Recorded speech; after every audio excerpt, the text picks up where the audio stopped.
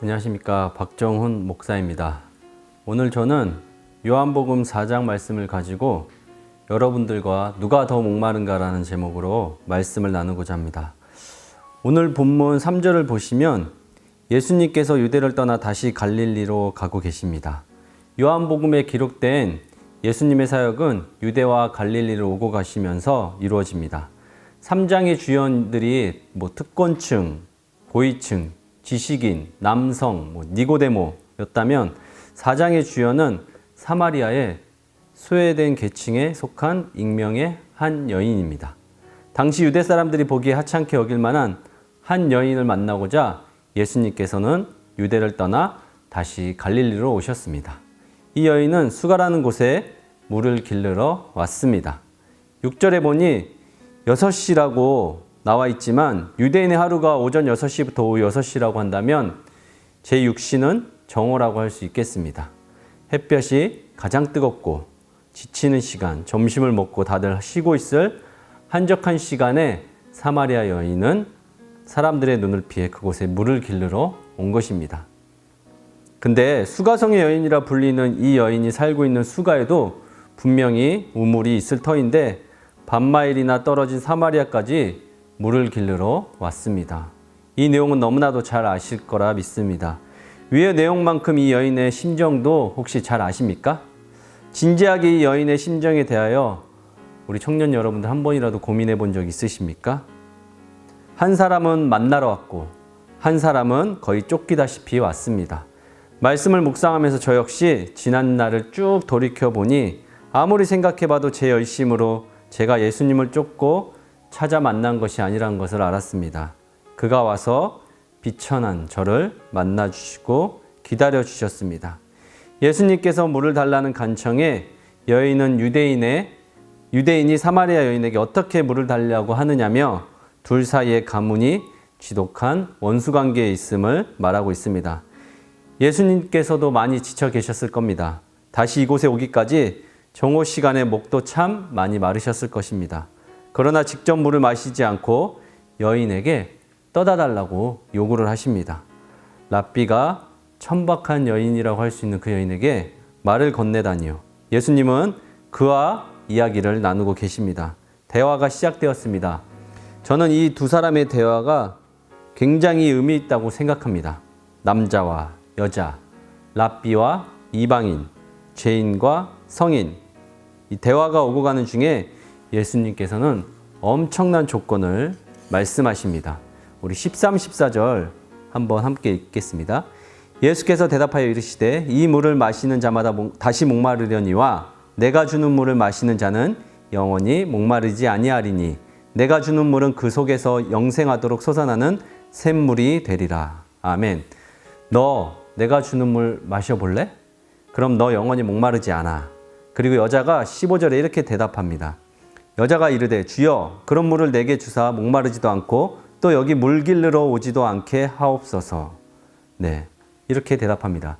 그런 게 어딨냐고, 장난하지 말라고 하는 것이 아니라 그런 물이 있으면 나 좀 달라고, 제발 나도 더 이상 물 길르러 다니지 않게 좀 해달라고 간청합니다.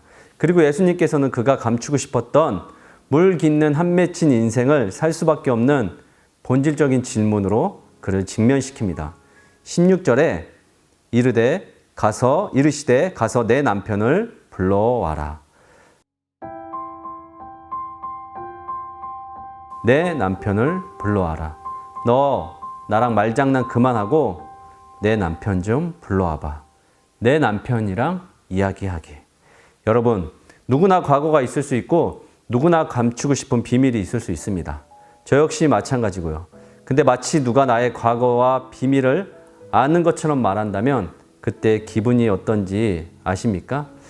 5만 가지 생각이 순식간에 지나갈 수 있습니다. 변명할까? 오해라고 할까? 나도 그땐 어쩔 수 없었다고 합리화시킬까? 별의별 생각에 빠져나갈 구멍부터 본능적으로 찾습니다. 그러나 그는 5번의 결혼 실패와 6번째 결혼 생활을 하고 있지만 그것도 온전한 결혼 생활이 아닌 것을 밝히고 있습니다. 당사자에겐 굉장히 부끄럽고 수치스럽습니다. 남들이 알면 어떻게 바라보겠습니까? 기가 센 여자라고, 재수없는 여자라고 하지 않겠습니까? 본인도 본인 스스로를 잘 알겠죠. 왜 남자 없이는 못 사는지를. 그렇다고 한 남자만 바라보며 온전한 가정을 꾸릴 그런 위인도 못 된다는 것을 본인이 더 잘 알고 있을지 모르겠습니다. 그럼 저희 여인은 평생 사람들의 눈을 피해 숨어 다니면서 몰래 물을 길르러 다녀야 합니다. 근데 참 예수님은 저런 여자랑도 상대를 해주십니다. 청년 때는 사실 저 여자 때문에 은혜가 많이 되었습니다. 하나님께서도 저런 여자도 저렇게 찾아주시고 만나주신구나. 그러나 때로는 정죄하는 마음이 들 때도 있었습니다. 내 편에서 어떨 때는 사마리아 여자가 위로와 은혜가 되고 또 내가 괜찮고 또 영성이 있고 또 율법대로 잘 말씀을 지키며 살아간다고 여길 때는 어김없이 정죄하는 마음도 들었습니다. 저는 정말 그런 사람이지만 우리 예수님은 그러지 않으셨습니다. 소외당하고 천대받던 사람들에게 찾아가 그들과 함께 먹고 마시며 그들에게 복음을 전해주십니다.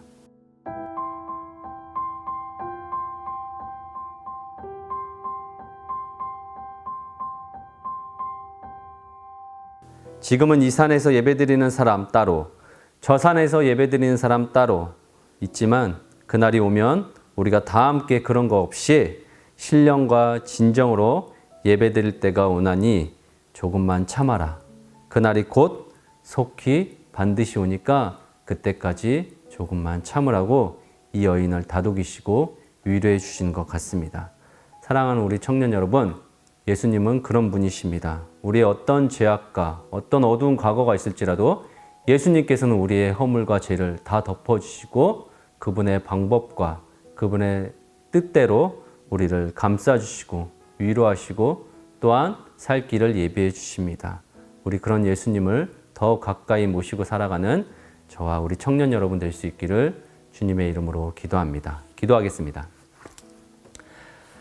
살아계신 하나님 아버지, 물길로 온 그 여인의 한많은 인생 가운데 주님께서 찾아가 주시고 말씀해 주셨습니다. 어떤 사람은 저 산에서 예배드리고 어떤 사람은 이 산에서 예배드리고 서로 각자 신앙을 말하고 각자 신앙을 지킨다며 살아가겠지만 주님이 오신 그때에는 이 산도 저 산도 아닌 신령과 진정으로 예배드릴 때가 온다고 주님께서 약속하셨습니다. 속히 그날이 오기를 우리 함께 기다리고 있사오니 주님 우리 가운데 어서 오시옵소서. 간절히 기다리고 주님 바라고 있사오니 주님 우리의 삶 가운데 우리의 모든 영역 가운데 주님 어서 오시옵소서. 간절히 기다리고 있사오니 주님 어서 오시옵소서. 감사드리며 살아계신 예수님의 이름으로 기도드립니다. 아멘.